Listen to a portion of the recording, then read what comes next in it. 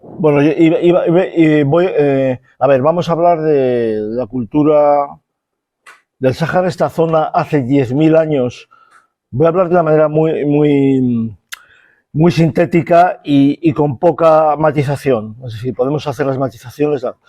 Eh, Esta zona es ahora el mayor desierto de la Tierra en cuanto a extensión y hace 10.000 años era un vergel de ríos y de lagos y estaba muy poblada. Entonces la gente de aquí, en general, se tuvo que ir yendo en diferentes épocas de sequía, un alivio de la sequía, sequía, un alivio de la sequía, pero finalmente tirando a sequía. Entonces la Tierra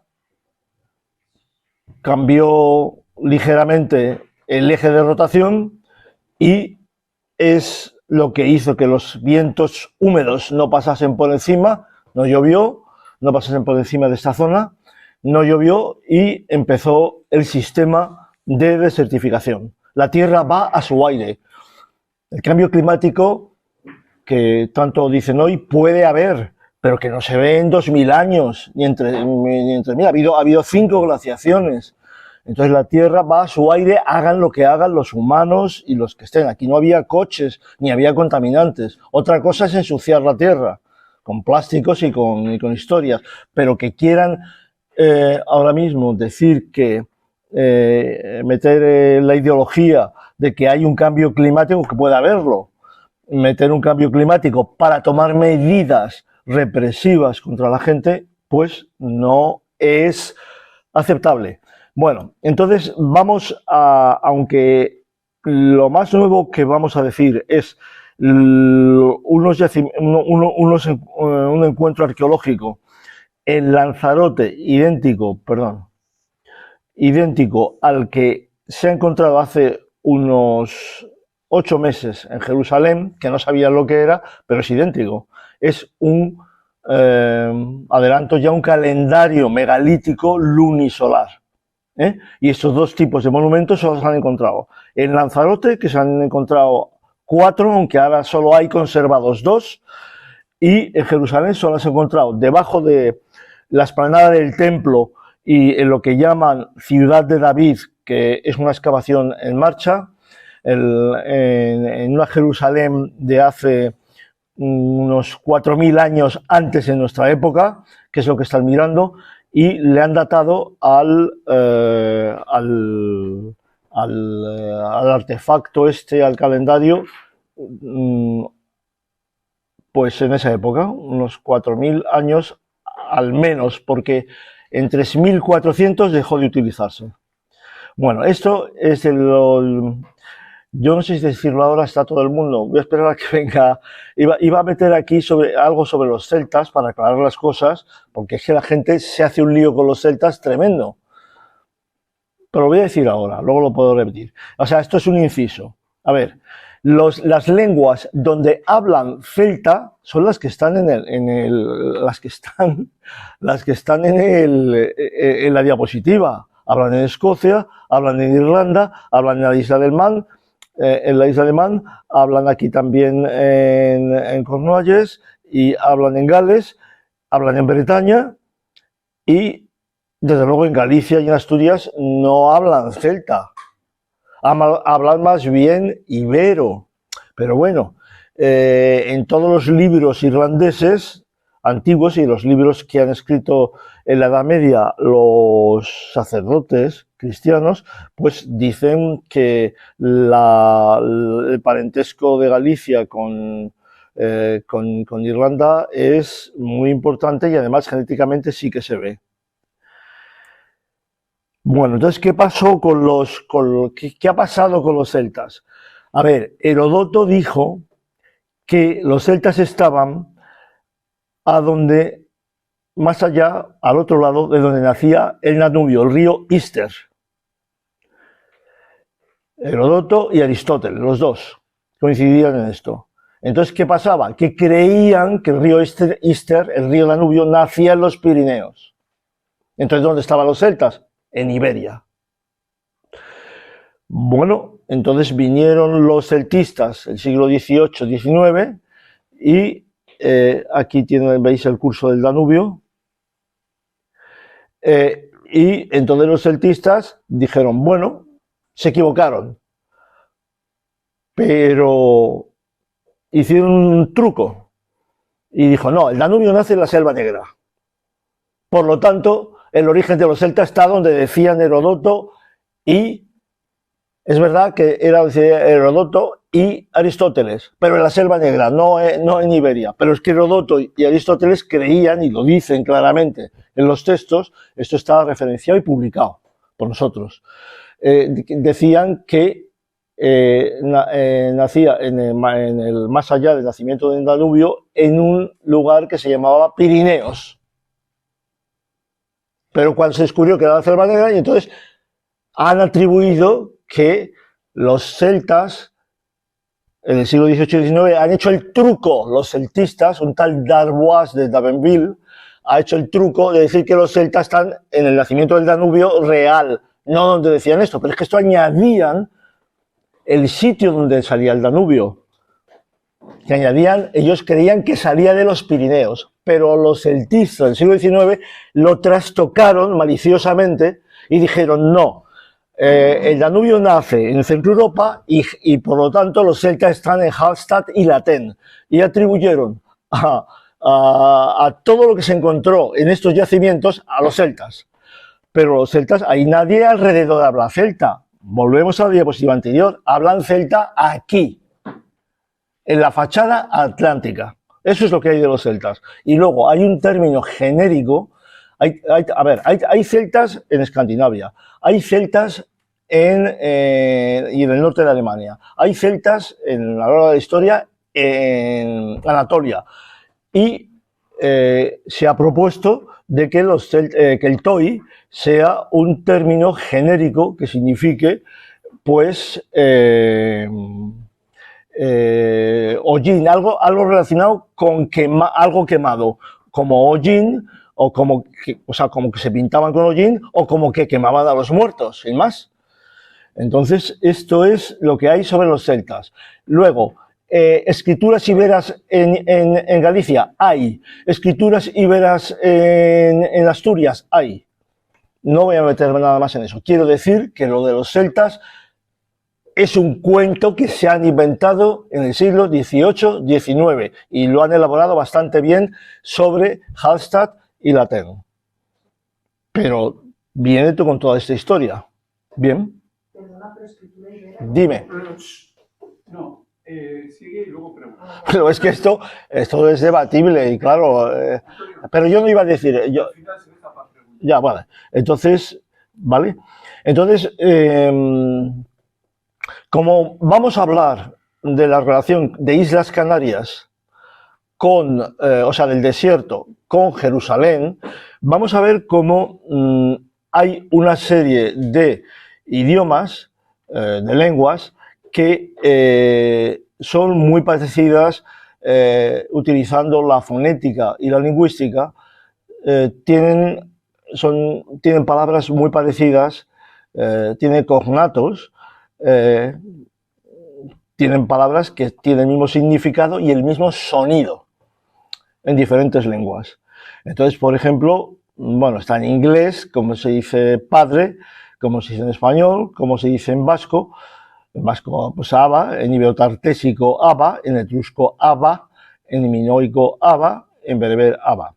A ver, vamos a ver, por ejemplo, en hermanos o hermandades. Ana en vasco, Ana en ibérico, tartésico, porque, a ver, distinguir tantos idiomas en Iberia de ibérico-tartésico, para mí, ibérico-tartésico y ibérico de un lado, ibérico de otro, para mí son sencillamente diferencias en el espacio y en el tiempo. No son realmente idiomas distintos, son evoluciones de un mismo idioma y de una misma escritura que va variando. Entonces, en etrusco se dice lo mismo, en minoico se dice lo mismo y en bereber se dice lo mismo. La metodología está explicada claramente en un libro que se publicó en Nueva York de Plenum Press, que se llama Iberia Prehistórica, y el capítulo este está descargable en internet y está puesto en el librito este, cómo se puede descargar y qué metodología se siguió para llegar a estas conclusiones. Una metodología muy complicada. Aquí tenemos lo mismo en púnico cartaginés, Ana, en hitita, Ana, en sumerio, Ana, en hebraico, Ana, en elamita, Ana, y en egipcio, Ana, por ejemplo. Y hay una serie de palabras. La otra que es muy parecida es la puerta. La puerta es muy parecida en todos los idiomas, ate, ate, ate, ate, ate, ate, ate, ate, ate, y es es en euskera también. Por ejemplo, calle, en castellano calle, en iberotartésico cala, en etrusco cala, en bereber cala, en púnico cartaginés cala, en hitita cala, en sumerio cala, en hebraico cala y en elamita cala. Las transcripciones de todos estos idiomas las han hecho los mayores expertos en la lengua que están reconocidos en su momento. Las transcripciones se han cogido de estos expertos y está todo referenciado, uno por uno. O sea, no se ha inventado nada. Se cogieron muchísimos libros del Consejo de Madrid y de la Universidad Complutense, que tienen más que el Consejo de estos temas, y las transcripciones se sacaron de ahí. Esto es una hipótesis. No es cierto, ni no es verdad, ni mentira. Es un trabajo. Un trabajo que llevó mucho tiempo, mucha gente, no solo los autores, y bueno, en el libro están los autores bien reconocidos. Eran los residentes que estaban conmigo en el hospital 12 de octubre. 3 o 4 que quisieron hacer este trabajo. Y cogimos una serie de libros de todos lados y vimos las transcripciones, y con las transcripciones que ellos hacían, nosotros hicimos con el método fonético y semántico, pues hicimos este trabajo. Pero está bien explicado ahí la metodología. La metodología es clara. Que esto sea verdad o que no sea verdad, o que sea verdad parte o no, eso se tiene que ver y se tiene que criticar, pero no decir que todo está mal, como nuestros queridos críticos, sino decir esto no puede ser y esto no puede ser. Y ir uno por uno. Es difícil porque es un trabajo que se hizo en 3 años o 4 y bueno, es un trabajo bastante amplio, de más tiempo. Entonces nosotros postulamos que había un grupo de lenguas usco-mediterráneas, que llamamos usco-mediterráneas, en las cuales está el guanche, el bereber, el vasco, el iberotartésico, el etrusco, el minoico, el hitita, el hebraico, el ugarítico, el sumerio, el elamita, el egipcio también. Unterman en 2006, en contra de todos los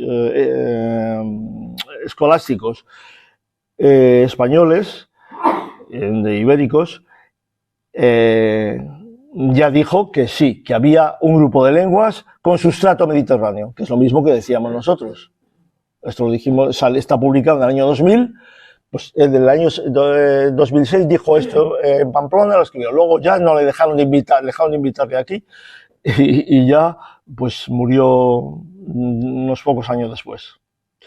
Entonces, estas lenguas dene-caucásicas, estas lenguas usco-mediterráneas están dentro de las dene-caucásicas, porque el euskera es una lengua emparentada con el caucásico, con el armenio y con el georgiano, con el buruso, que está en la subida al Karakorum en Pakistán, con los quets, con el lenguaje ket y evenk de Siberia, curiosamente con el mandarín, con el lenguaje oficial de China. Mirad que China tiene lenguajes, pues el mandarín está también dentro de estas lenguas dene-caucásicas. Y luego con todas las lenguas que hay de indios de Canadá y del norte de Estados Unidos, de Alaska también, y con los navajos y los apaches.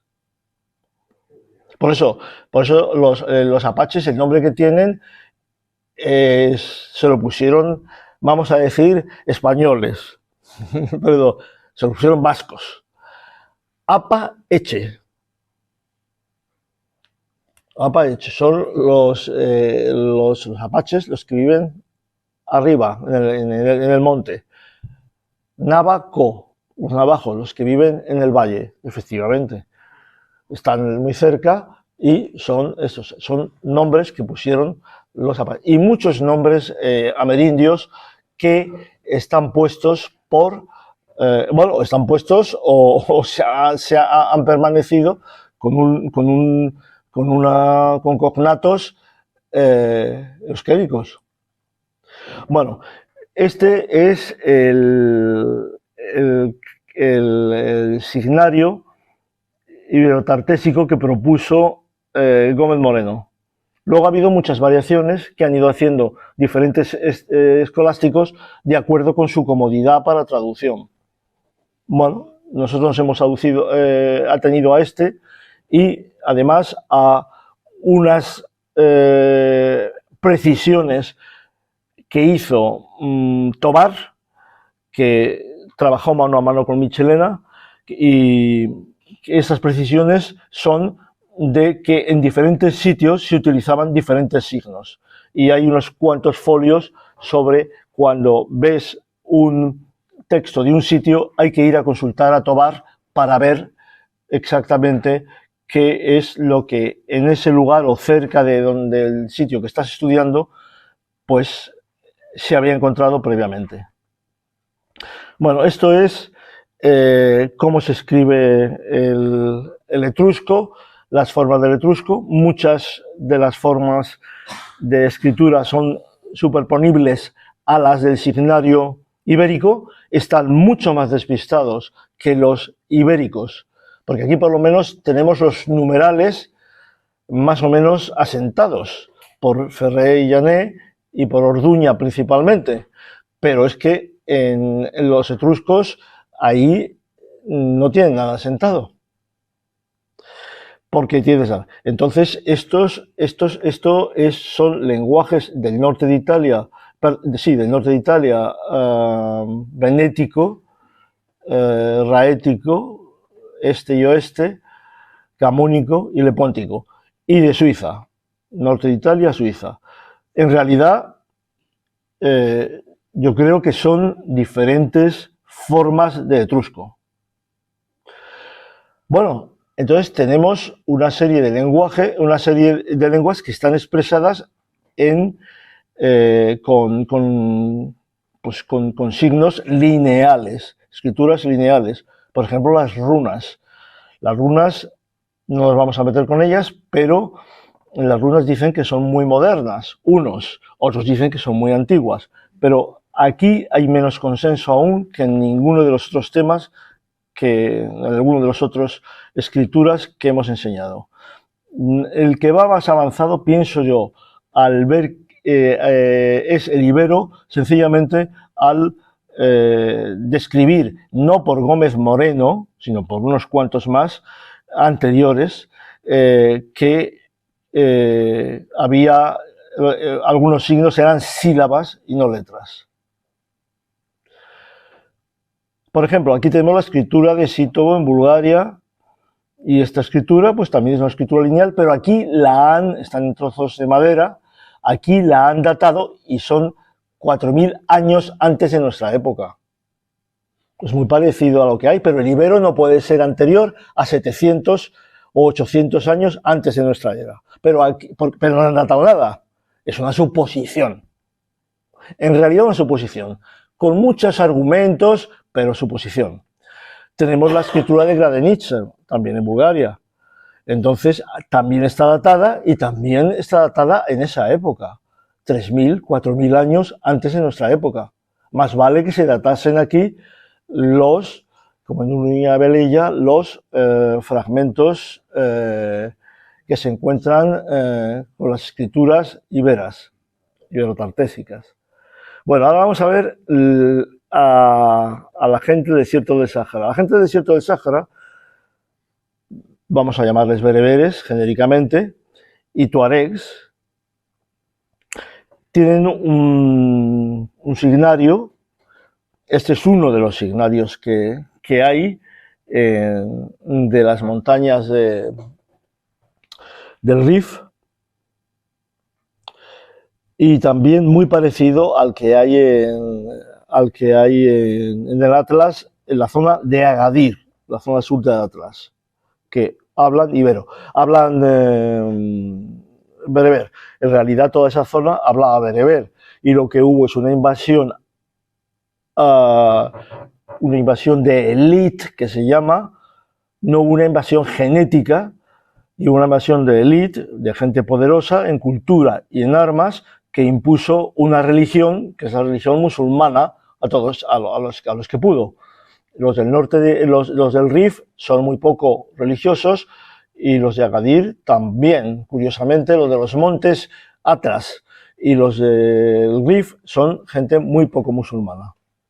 Bueno, aquí están, esto es un ejemplo de las lápidas de Chabot. Chabot es un estudioso francés que estudió sobre todo la parte de Argelia y de Marruecos, lo que es Marruecos y Argelia, vio unas estelas que había en cementerios y que, bueno, hemos hecho unas interpretaciones de lo que ponían estas inscripciones, se escribirá arriba abajo, y bueno, pues aquí pondría algo parecido al difunto abajo en el interior del abismo. Todos son inscripciones funerarias. En realidad es requiescat in pace de una manera o de otra. Casi todos. Entonces hay una toponimia bereber. Esto es lo primero que la gente de Sabino Arana, todos los que tenía alrededor, y él mismo, que estaba interesado por la lingüística, dijo que el único lenguaje parecido al euskera o relacionado con el euskera era el bereber.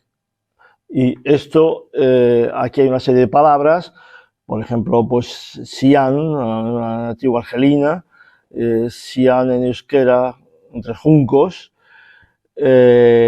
Suaso, montaña en Túnez, Suasa es una aldea de Navarra, en fin, hay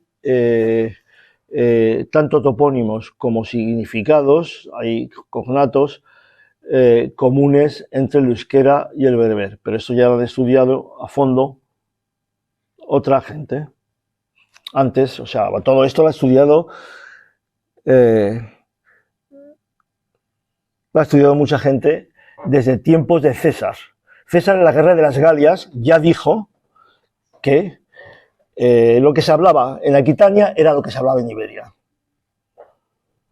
Entonces, ahí Pompeyo Trogo empezaron con la historia de que del vasco-iberismo. Empezaron ahí, luego siguió unos santos, San Isidoro, luego siguió Alfonso X el Sabio, luego siguió todos los cronistas, Alfonso X el Sabio, los cronistas de los Reyes Católicos, los cronistas de Carlos V, todos ellos dijeron que el lenguaje primitivo de Iberia era el euskera.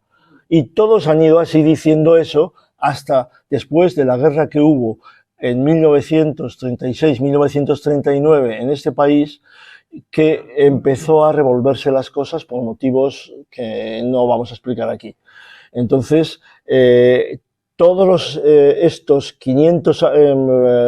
2000 años se ha estado viendo que el idioma más básico, más antiguo se ha estado creyendo que el idioma más antiguo de Iberia y del sur de Francia era el euskera.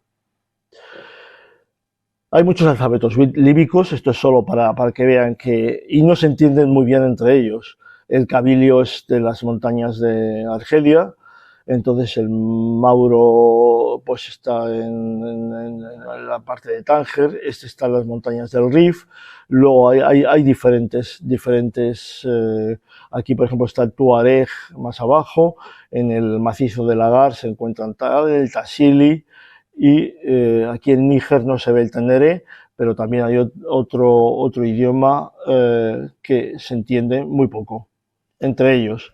Aquí hay diferentes, están expresados diferentes también los nombres de diferentes dialectos o lenguas, más bien, que son bereberes. el Tarifit, el Tamazight, el Tachelit, Tlemcen, Chenoa, Kabilio, Chaoya, Nerja, Musab, así. No, aquí en Níger no hay ninguno. No, está Argelia, acaba en Argelia, pero vamos, en Níger también hay más, hay otros diferentes. Bueno, estamos ahora en Canarias. En Canarias, esta es la isla de Lanzarote, y en la isla de Lanzarote hay una montaña que es montaña Tenésara, que está, es el único volcán de Tenerife que está mirando, perdón, de Tenerife, la isla de Lanzarote, que está mirando hacia Gran Canaria, está mirando hacia el oeste. Y entonces aquí hay una serie de escrituras que en las cuales se pueden distinguir signos iberos y sobre todo la costumbre que tienen en el norte de África y también en Canarias de unir los signos, sobre todo al escribir en roca tienden a ser, es difícil escribir ahí y entonces tienen que unir signos y a veces se encuentran dos signos unidos y es realmente, aunque aparezca solo uno, son dos unidos. Pero esto pasa en esta escritura que fue descubierta en el siglo pasado, hacia 1980, por unos austríacos, por Pigler principalmente, y esta escritura está toda Fuerteventura y todo Lanzarote llena de esta escritura, pero no en la periferia de la isla, sino en centros inaccesibles, muy difíciles de las Islas Canarias. Entonces, estas escrituras de las Islas Canarias, pues ahí están y las llamaron latino-canarias. Dijeron que era latín. No tiene ni Qs, no tiene Hs, no han podido desde el latín descifrar ni transcribir nada, pero la siguen llamando latino-canarias. Nosotros eso sí lo hicimos. Nosotros vimos que esto se podía, desde el ibero, se podía transcribir y hacer propuestas de transcripción, pero transcribir seguro. Entonces, esto está publicado, estas son las publicaciones. A la izquierda, estas son las inscripciones de Fuerteventura que están en el artículo, vamos a leerlo en el libro de Pigler. Es un austriaco, como digo, que ellos tienen lo que se llama el Institutum Canarium, está en Austria, no está en Canarias. Y lo tienen este señor, que ya murió, y los descendientes de este señor y los colaboradores de este señor. Bueno, pues en Fuerteventura, aquí se leen instrucciones muy sencillas en las rocas. Vaca, paz, caque, pues que hay restos. O sea, ahí no hay frases largas, son señalamientos, a mi juicio, de cadáveres y de enterramientos. Y de que hay gente ahí enterrada. Son, pues, un requiescat in pace, un descanse en paz. La inscripción, hay una inscripción rupestre de Fuerteventura y aquí está analizada. Pues Aka sería el difunto, S el fuego, Su y Ama la madre. Entonces sería el difunto en el fuego de la madre. La religión paleolítica y neolítica que se ha estado manteniendo ha sido la religión materna, la religión de la madre. Bueno, más similitudes entre el norte de África e Iberia. Aquí tenemos unas representaciones a ver, hay muchas, pero estas las hemos cogido, son del Tenderé de Níger, y a ver, hay unos macizos que han quedado por encima de las dunas, y en esos macizos, al estar por encima de las dunas se han podido ver dibujos. Y los dibujos que hay son muy parecidos, son de este tipo, en el Hogar, en el Tenderé, en el Tassili. Eso es el Tenderé de Níger, pero en Argelia está el Hogar, está el Tassili, y en estos se encuentra el mismo tipo de imágenes que son muy parecidas a estas imágenes del Levante español. Estas son de la cueva de Alpera en Alicante. ¿Alicante o en Albacete? Entonces, haciendo estudios genéticos, se ha visto cómo los habitantes de las Islas Orcadas, los escoceses, los británicos, los irlandeses, los de Bretaña francesa, los iberos, bereberes de Agadir, bereberes de Agadir del Atlas, y guanches, porque estos estudios se hicieron con bereberes de guanches, están relacionados genéticamente. Esto está publicado y creo que está la referencia ahí en el librito, pero vamos, la referencia se la podemos dar a cualquiera. Yo hago una síntesis porque no esto. Esto es un estudio muchísimo más amplio, donde se han cogido todas las publicaciones, se ha hecho, están en PNAS, y este estudio se han hecho una síntesis de toda la genética que había de la zona que está en azul oscuro, y se ve que toda está emparentada.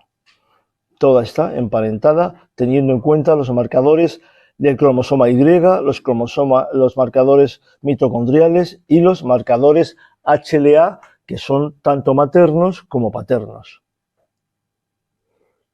Y sobre esto quería decir que todos los estudios que están saliendo con kits que son los que estáis leyendo ahora, Roland, los que están haciendo con kits de unas SNPs, tú sabes lo que es SNPs, pero la gente a lo mejor no sabe, y STRs. SNP son short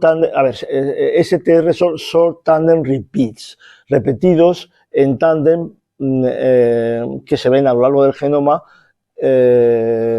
cortos, 4 o 5 pares de bases.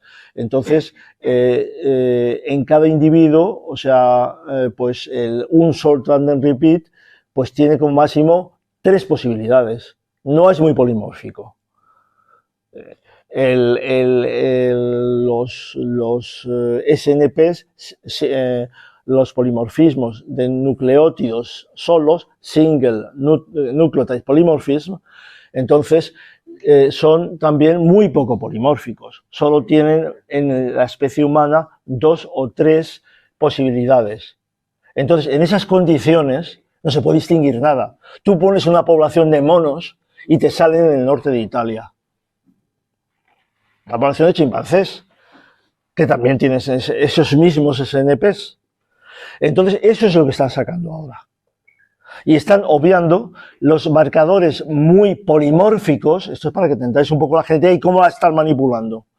Los marcadores muy polimórficos que distinguen poblaciones y relacionan poblaciones, los han dejado de lado. Esos son estudios del siglo pasado y son antiguos. Son del cromosoma Y, del DNA mitocondrial y del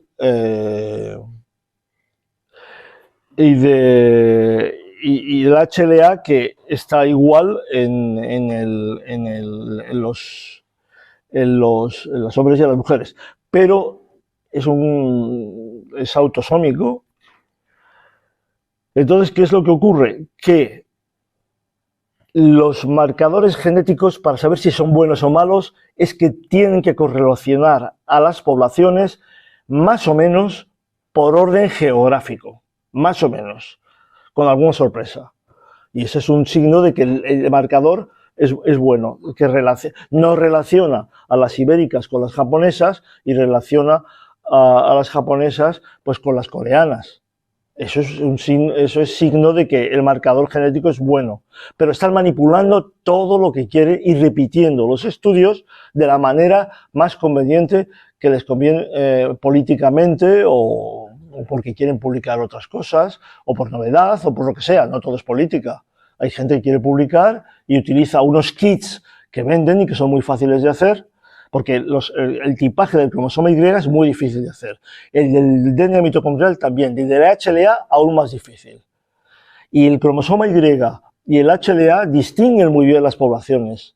No tanto el DNA mitocondrial, pero por motivos que se pueden discutir porque son muy variados. Pero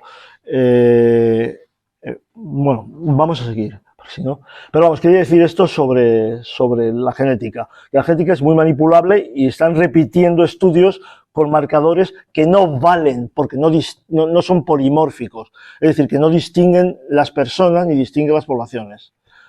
Y bueno, pues ahora también se han encontrado en Argelia, vamos a ver unas inscripciones que han encontrado unos franceses en 1940 en un sitio que se llama cerca de Tamanrasset, en la frontera con Mali casi, en un abrigo, en el abrigo del Tim Misau, lo escribo así, han encontrado unas inscripciones. Estas están pintadas. Nosotros hemos visto, además de estas, y no las voy a enseñar, unas más pequeñas incisas, anteriores probablemente a estas. Entonces, esto es lo que se ve. El señor austriaco que vio en las Islas Canarias los signos estos raros, que no eran bereberes ni tenían nada que ver con los bereberes, y que llamó Latino Canarias, escritor latino Canarias, pero tampoco tiene nada que ver con el latín, describió también esto. No lo describió él, lo describió unos franceses, pero él dice que es la misma escritura, y efectivamente la misma escritura. Y desde el Ibero se pueden hacer varias propuestas de lo que significan. Esa Y puede ser una M, esa N una O, este signo una D, esto TO, esto BA o PA, esta interrogación no se ve bien en la pintura. En fin, hay un escrito publicado, un artículo publicado nuestro sobre Tim Misau haciendo estas transcripciones y luego una propuesta de traducción al menos, si no de palabra, de la sílaba o la letra. Esto está hecho hace 4 o 5 años. Bueno, entonces, con Google Earth, unos ingleses han visto enfrente de las Islas Canarias, en el Sáhara, lo que llamaban antes Sáhara español y ahora le llaman Sáhara occidental, han visto unas estructuras raras. Entonces han visto estos caminos y ellos lo vieron por Google Earth y decidieron ir 4 años a investigar in situ. Han estado 4 años in situ y han sacado un libro sobre las pirámides y las estructuras del Sáhara, que son idénticas a las que se encuentran en Canarias y que han sido obviadas, y que se han dicho que eran montones que han hecho los labradores, los del campo. Entonces, este es uno de ellos, esto es el Sáhara. Este es el tipo de pirámides que se encuentran en el Roque de los Muchachos, en la isla de La Palma, y en otros muchos sitios más elaboradas que estos, pero muy parecidos también a estos, se encuentran en todas las Islas Canarias. O sea, lo que hay en el Sáhara se encuentra en Canarias. En Canarias siempre se dijo que este libro se publicó hace 2 años, no es un libro muy antiguo. Entonces, bueno, lo que hay en Canarias se ha desechado, se ha dicho, no, esto lo han puesto los labradores y nada más. Se me ha olvidado decir que nosotros hemos visto que aunque los austriacos publicaron que había estas escrituras latino-canarias que nosotros hemos llamado ibero-guanches, y que es ibero, no están solo en Lanzarote y Fuerteventura, están en todas las islas. Ese trabajo lo hemos hecho nosotros, pero no, ya lo hemos presentado unas cuantas veces y no lo voy a presentar otra vez ahora, solo es una cosa. Ahora, ¿qué pasa con Lanzarote y con Jerusalén? Bueno, pues entonces los oficiales, los arqueólogos oficiales de Jerusalén, al lado del Muro de las Lamentaciones, en todo el bloque de la explanada del templo, pues han hecho unas excavaciones y le llaman la ciudad de David y siguen con la excavación esta. Entonces han encontrado 3 artefactos muy parecidos a los que ya habíamos descrito nosotros hace unos 10 años en Lanzarote. Y vamos con ello, muy por encima, ¿eh? Entonces, solo decir que Jerusalén también se llama Al-Quds en árabe, o sea, tú dices Jerusalén en árabe y nadie te entiende, pero vamos, le llaman Al-Quds todo el mundo en el mundo musulmán, el mundo árabe. Entonces, tenemos Lanzarote y entonces encuentran en la ciudad de David, como digo, debajo del templo, una estructura que es la que vemos aquí, que son 6 crestas y 6 canales, 1, 2, 3, 4, 5 y 6. Y aquí vemos que las 2 crestas centrales están unidas. Vemos también el tamaño de las estructuras que han encontrado hace 2 o 3 años, hace 2 años, ¿eh? No, tampoco es tan antiguo. Y también esto que no sabemos si es, esto está al lado y no sabemos si es una estructura que se llama cart roots, que he hablado mucho de ellas, que son surcos como ruedas o son el monumento entero que lo han roto. Las car roots son sencillamente lo que llamaron ruedas de carro, que no pueden ser ruedas de carro, porque no hay paralelismo en ningún sitio. En algunos sitios hay paralelismo, no hay paralelismo entre las líneas. Entonces, para ser rodaduras de carro tendrían que ser paralelas. Entonces, estas car roots, Malta está llena de car roots. Hicieron un estudio de la Comunidad Europea a comienzos de este siglo, está todo el Mediterráneo lleno de car roots. Al final no saben lo que son y desde luego no son rodaduras de carro, y a nosotros lo que nos parece es que con una cuerda y un palo, como hacen los indios americanos, se mide muy bien el espacio y el tiempo con estas estructuras de car roots. ¿Qué puede ser eso? Puede ser eso. Esto no sé si es una estructura, y esto es la ciudad de David. Justo debajo al lado del muro de las lamentaciones y debajo de la explanada del templo en Jerusalén. Para los que hayan estado lo conocen muy bien. Bueno, aquí tenemos que vemos en Lanzarote. En Lanzarote vemos una estructura que son 6 crestas y 6 canales, y entonces vemos que aquí el primer canal representa la salida del sol en el solsticio de verano. Aquí, entonces, el sol va saliendo desde esa latitud, que es la misma que la nuestra, porque no hay diferencia, tenemos más o menos las mismas salidas, unos pocos grados más o más o menos. Entonces, el sol desde el solsticio, desde el día 21 de junio, va saliendo cada vez más hacia el sur, el sol, hasta que llega a salir en el equinoccio de otoño, o sea, el solsticio de verano, vamos a llamarle que es San Juan. Le han puesto San Juan para que no se celebre el solsticio y se celebre San Juan en vez del solsticio de verano. El equinoccio de primavera, bueno, el equinoccio de primavera, el equinoccio de otoño es este de aquí, o sea, sale el sol a este nivel y está representado por este canal del medio, y le han puesto los cristianos la Virgen de las Mercedes, que es súper venerada en toda Sudamérica. Vaya. Y aquí tenemos en este canal, en esta cresta, perdón, el solsticio, por aquí el sol sale el día 21 de diciembre, 21-25. A ver, solsticio significa sol estático. Entonces, lo que significa es que el sol aparece por el horizonte esos mismos días de una manera estática, los 3 días antes y 3 días después, por lo menos. Y le han puesto los cristianos aquí, le han puesto pues el nacimiento de Jesucristo, en el solsticio de invierno.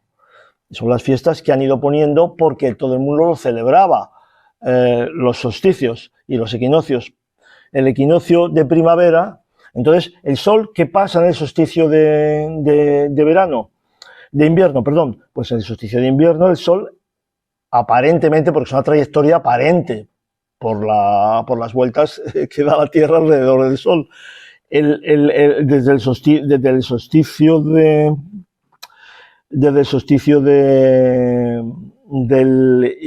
invierno, pues va apareciendo el Sol. El amanecer aparece más hacia el norte, más hacia el norte, más hacia el norte, más hacia el norte, hasta que llega al equinoccio de primavera, San José. Entonces, digo esto porque los cristianos han ido tapando las festividades de los solsticios con sus festividades, nada más. Entonces, eso es lo que encontramos en Canarias. Este monumento megalítico, pues tendrá unas dimensiones como este cuarto, y está abandonado, y ahí se ve, aquí al fondo se ve Costa Teguise, donde pone equinoccios, aquí se ve Arrecife y aquí está el aeropuerto de Lanzarote. Bueno, y el fondo es el mar. Bueno, estos son card routes de Malta, pero no me voy a meter en ellas. Si que alguien quiere saber más de card routes, hemos publicado bastante en card routes. En todos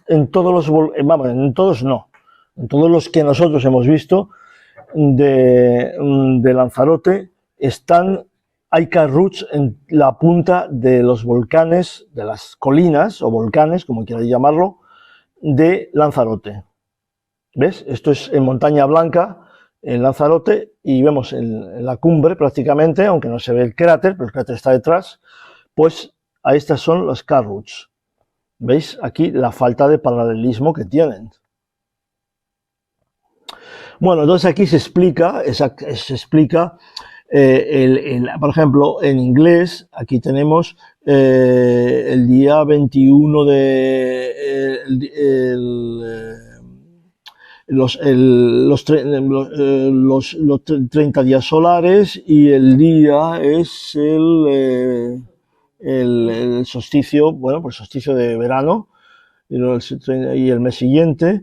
Aquí tenemos el segundo mes solar, el tercer mes solar, el cuarto mes solar. Es una representación, que pudiera ser de observatorio también, pudiera ser, pero es una representación. Y tenemos los 6 meses primeros y luego los 6 meses segundos representados en las hendiduras. Los primeros en las crestas y los siguientes en las hendiduras. El grado de visualización que tiene es entre 69 grados norte y 109, que es lo que recorre el Sol desde Lanzarote y desde aquí. O sea, tenemos más o menos lo mismo. Si nos ponemos en un montículo a ver a salir el Sol, que se vea bien salir el Sol, o sea, ahí se ve muy bien porque está el mar al fondo.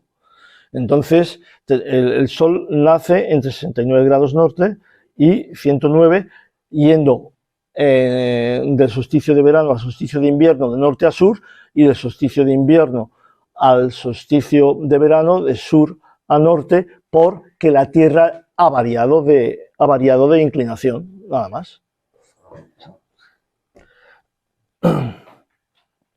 Esto es lo mismo, lunar también, pero no me voy a meter en ello, y esto es el calendario que se ve en Jerusalén. El calendario que se ve en Jerusalén es idéntico, es un calendario lunisolar, representa los meses lunares y los meses solares de una manera exacta, bastante exacta, pero tiene una diferencia, y es que tiene una línea, por lo menos este que han sacado, tiene una línea central que se bifurca, son los equinoccios. A ver, el equinoccio de primavera, el equinoccio de otoño, que sería, por ejemplo, cuando viene del 21 de junio de arriba, el Sol va saliendo poco a poco por un mes, por otro, y hasta que sale el día de 18, 19, 20, o sea, 22 de septiembre, que es el que han puesto los cristianos la Virgen de las Mercedes. Luego sigue para el sur y llega al mes de diciembre, donde está el solsticio de invierno, que es el nacimiento de Jesucristo. Cuando empieza el sol a aparentemente volver, pues nos encontramos que los equinoccios caen en el mismo punto.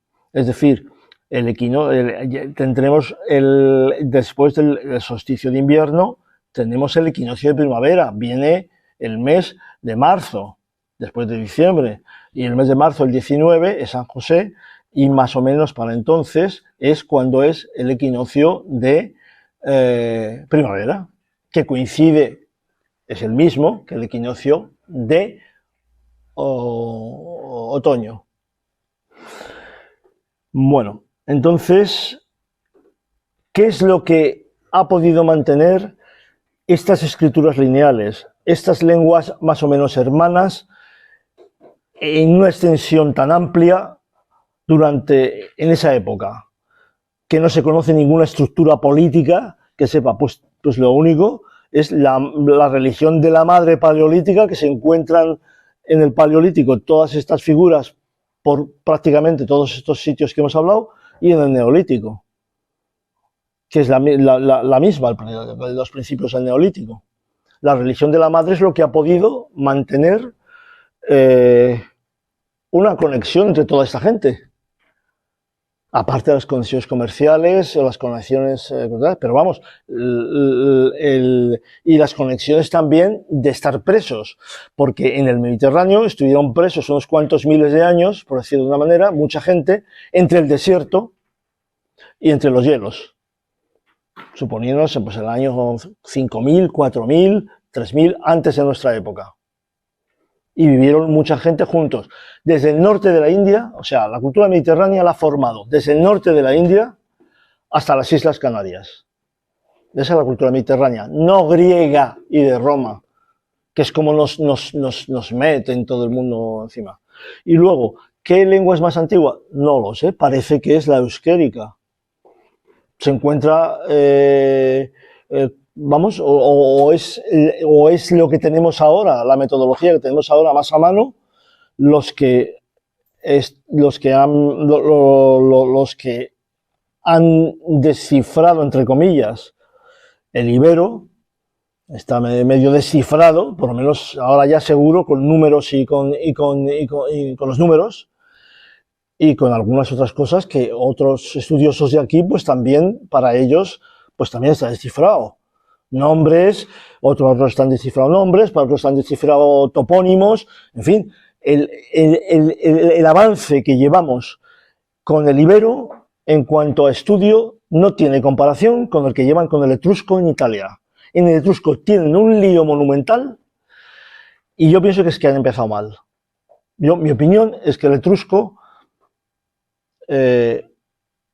tiene, o sea, toda la fragmentación de idioma lepóntico y todo eso tal, son diferentes modos de etrusco. El sículo, por ejemplo, del lenguaje de Cerdeña, el nurag, no hay ni una sola letra de nurag. Entonces, ¿de dónde nos sacamos el nurag? El nombre de los nurags de los monumentos de Cerdeña. Sí, claro, pero los monumentos de Cerdeña son idénticas a las motillas. ¿Tú has visto, Roland, alguna motilla? Sí. Pues, ¿y no te parece que son iguales a las...?